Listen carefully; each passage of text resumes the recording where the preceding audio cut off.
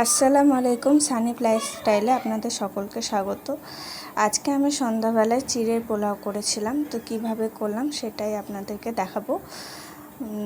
প্রথমে এই যে চিড়ের পোলাওয়ে কী কী লাগবে সেগুলো আমি প্রথমে জোগাড় করে নিয়েছি। চিনি, তারপরে বাদাম নিয়েছি, তারপরে নিয়েছি চিড়ে অবশ্যই লাগবে। আর এই চিড়েটা হচ্ছে লাল চিড়ে, যে চিড়েটা জলে দিলে একদমই গলে যায় না সেই চিড়েটা। তারপরে হলুদ, মৌরি, কিশমিশ আর সামান্য লবণ। এরপরে ওভেনে একটা কড়াই বসিয়ে দিয়েছি, সেখানে সাদা তেল দিয়েছি। চিড়ের পোলাওটা সম্পূর্ণ সাদা তেলেই করতে হবে, তাহলে খেতে টেস্টটা অনেক বেশি ভালো লাগবে। এরপরে আমি দিলাম কিশমিশটা, প্রথমে ভেজে নেব সাদা তেলে। কিশমিশটাকে একটু ভেজে নিলে খেতে ভালো লাগে আর কি। কিশমিশটা ভাজা হয়ে যাবে, তারপরে সামান্য পরিমাণে কিশমিশ নিয়েছি, কারণ অল্পই ভালো লাগে, বেশি বেশি দিলে অতটা ভালো লাগবে। যারা বেশি খেতে ভালোবাসে তাদের নিশ্চয়ই বেশি ভালো লাগবে। তো এটা ভাজা হয়ে গেছে, ভেজে এটাকে তুলে নেব প্লেটে। এরপরে বাদাম ছিল, বাদামটাকেও ভেজে নেব। বাদামটাকে খুব সুন্দর করে ভেজে নেব, যাতে একটু কাঁচা কাঁচা ভাব না থাকে। কাঁচা কাঁচা ভাব হলে একদমই খেতে ভালো লাগে না, কেমন একটা কাঁচা কাঁচা গন্ধ বেরোয়। সেই জন্য বাদামটাকে একদম ভেজে নেব, মানে লো টু মিডিয়াম আছে এটাকে রাখবো। একদম জোরে হাই করে দিলে বাদামটা পুড়ে যাবে, তো ভালো লাগবে না। বাদামটা ভাজা হয়ে গেল, এবার তুলে নিয়ে এর মধ্যে আমরা দিয়ে দেব, সেই তেলের মধ্যে দিয়ে দেব পেঁয়াজ আর মৌরি। পেঁয়াজ আর মৌরিটা দিয়ে একটু নেড়ে চেড়ে তার মধ্যে আলুটা দিয়ে দেব। আলুটা দিয়ে দেওয়ার পরে এর মধ্যে আমরা দিয়ে দেবো একটু সামান্য লবণ আর হলুদ। সেটাকে নেড়ে চেড়ে একটু ঢাকা দিয়ে রেখে দেবো, একটু সিদ্ধ হবে আলুটা, সেই জন্য। এরপরে চিড়েটাকে ভালো করে ধুয়ে নেব, ধুয়ে নিয়ে এটাকে ছেঁকে নেব। চিড়েটাকে খুব ভালো করে ধুয়ে নিয়েছি, 3-4 বার করে ধুয়ে নিয়ে, পরিষ্কার করে ধুয়ে নিয়ে এটাকে একটা ছাঁকনির মাধ্যমে ঢেলে নেব, যাতে যে এক্সট্রা জলটা আছে সেটা ঝরে যায়। এরপরে আবার ঢাকাটাকে খুলে একবার দেখে নেব যে আলু সিদ্ধ হয়েছে কিনা। তার মধ্যে দুটো কাঁচা লঙ্কাও দিতে পারেন, ভালো লাগবে। একটু মিষ্টি মিষ্টি হয়, একটু দুটো কাঁচা লঙ্কা দিলে ব্যালেন্সটা ভালো লাগে, খেতে ভালো লাগে।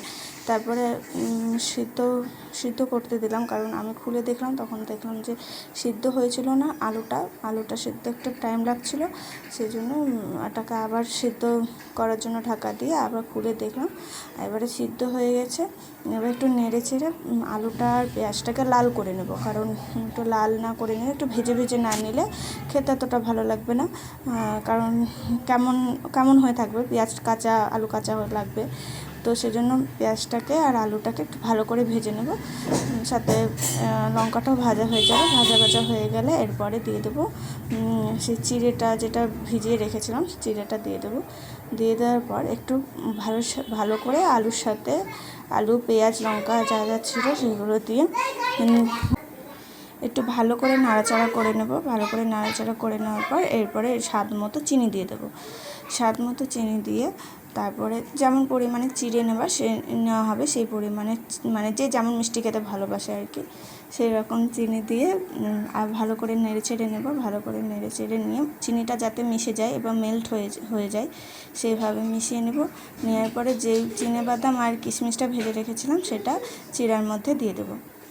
দিয়ে সেটাকে আবার ভালো করে নাড়াচাড়া করে নেব, যাতে সবগুলো একসাথে মিশে যায়, মানে আলু পেঁয়াজ বাদাম কিশমিশ সব একসাথে মিশে যাবে, খেতে ভালো লাগবে। নাড়াচাড়া করে নিচ্ছি। এই সময় ওভেনটা একটু আস্তে, মানে একদম সিমে দিয়ে রাখতে হবে, কারণ তলে যদি ধরে যায় তাহলে খেতে ভালো লাগবে না, কেমন পুড়ে যাবে, তলে ধরে যাবে। সেই জন্য একদম আস্তে দিয়ে সবকটা জিনিসগুলোকে একসাথে মিশিয়ে নিতে হবে। মিশিয়ে নিয়ে এরপরে লাস্টের দিকে একদম শেষে হয়ে গেছে মেশানো, প্রায় শেষ হয়ে এসছে, মানে রান্নাটা কমপ্লিট হয়ে এসছে। এরপরে একদম লাস্টের দিকে আমরা দিয়ে দেবো ঘি, সামান্য পরিমাণে একটু ঘি দিয়ে দেবো, তাহলে ফ্লেভারটা ভালো আছে, খেতেও ভালো লাগে। ঘিটা দিয়ে দিলাম, দিয়ে সবগুলোকে একসাথে নেড়ে চেড়ে নেব। সবগুলোকে একসাথে নেড়ে চেড়ে নেবো। হয়ে গেল, এই তো আমাদের রেডি হয়ে গেল চিড়ের পোলাও। কেমন হয়েছে সবাই কমেন্টে জানাবেন। ভালো লাগলে অবশ্যই লাইক দেবেন, সাবস্ক্রাইব করবেন আমার চ্যানেলটাকে। তো চিড়ের পোলাও রেডি। আপনারা চাইলে এইভাবে বাড়িতে করে খেতে পারেন, খেতে খুব সুন্দর লাগে। এইভাবে বানালে আমার বাড়িতে তো সবাই খুব পছন্দ করে, সবাই খুব আনন্দ করে খায়। আমার হাজব্যান্ডও খুব পছন্দ করে। আজকে মামা এসেছিলো, তো ভাবলাম যে আজকে মামার জন্য সন্ধ্যার টিফিন কী করব অনেক ভেবে তো ভাবলাম অনেক দিন চিড়ের পোলাও করা হয়নি, তো আজকে চিড়ের পোলাও করলাম। এই তো আমাদের চিড়ের পোলাও রেডি। দেখতে অনেক সুন্দর হয়েছে না? খেতেও অনেক সুন্দর হয়েছে, সবাই নাম করেছে। এখানে ভিডিওটা এন্ড করছি। সবাই ভালো থাকবেন, আল্লাহ হাফিজ।